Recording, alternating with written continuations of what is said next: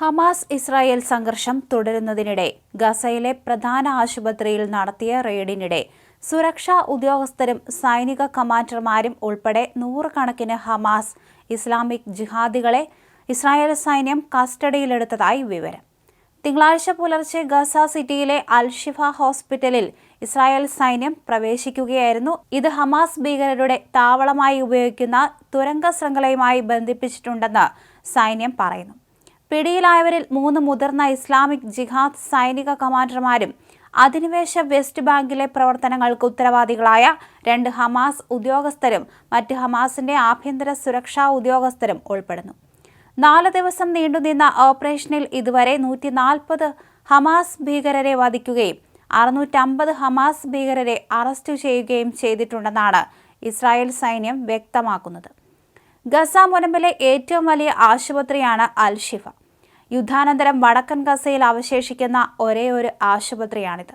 അവിടെ ആരോഗ്യ സൗകര്യങ്ങൾ ഭാഗികമായി ഇപ്പോഴും നൽകപ്പെടുന്നു. ഗസയിൽ വെടിനിർത്തലിന് US പിന്തുണയുള്ള പ്രമേയം ഐക്യരാഷ്ട്ര രക്ഷാസമിതിയിൽ റഷ്യയും ചൈനയും വീറ്റോ ചെയ്തതോടെ പരാജയപ്പെടുകയും ചെയ്തു. 12 ലക്ഷം ഫലസ്തീൻകാർ കഴിയുന്ന റഫ പട്ടണം ആക്രമിക്കാൻ ഇസ്രയേലിന് അനുമതി നൽകുന്നതാണ് പ്രമേയത്തിലെ ഭാഷയെന്നാരോപിച്ചായിരുന്നു ഇരു രാജ്യങ്ങളും എതിർത്തത്.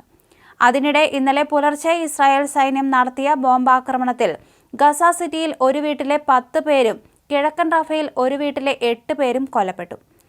വടക്കൻ ഗസയിലെ അൽ-ഷിഫ ആശുപത്രിയിൽ ഇസ്രായേൽ സൈന്യത്തിന്റെ പോരാട്ടം 5ാം ദിവസത്തിലേക്ക് കടന്നിരിക്കുകയാണ്. നൂറുകണക്കിന് രോഗികളെയും അഭയാർത്ഥികളെയും ആരോഗ്യ പ്രവർത്തകരെയും ബലമായി ഒഴിപ്പിച്ചു തന്നെ ഇതിനു പിന്നിലെല്ലാം ഹമാസ് ഭീകരർ ഒളിച്ചിരിക്കുന്നു എന്നൊരു സൂചനയെ തുടർന്ന് തന്നെയാണ് ആശുപത്രിയിൽ നൂറുകണക്കിന് ഹമാസുകാരെ കൊന്നെന്നും 500 പേരെ അറസ്റ്റ് ചെയ്തെന്നും ഇസ്രായേൽ സൈന്യം അവകാശപ്പെടുകയും ചെയ്തു.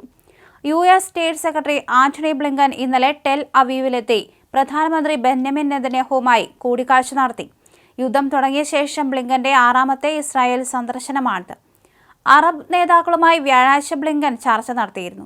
അതിനിടെ ഇസ്രായേൽ ചാരസംഘടനയായ മൊസാദിന്റെ തലവനും CIA തലവനുമായുള്ള കൂടിക്കാഴ്ച ഈജിപ്തിലെ കൈറോയിൽ ആരംഭിച്ചു.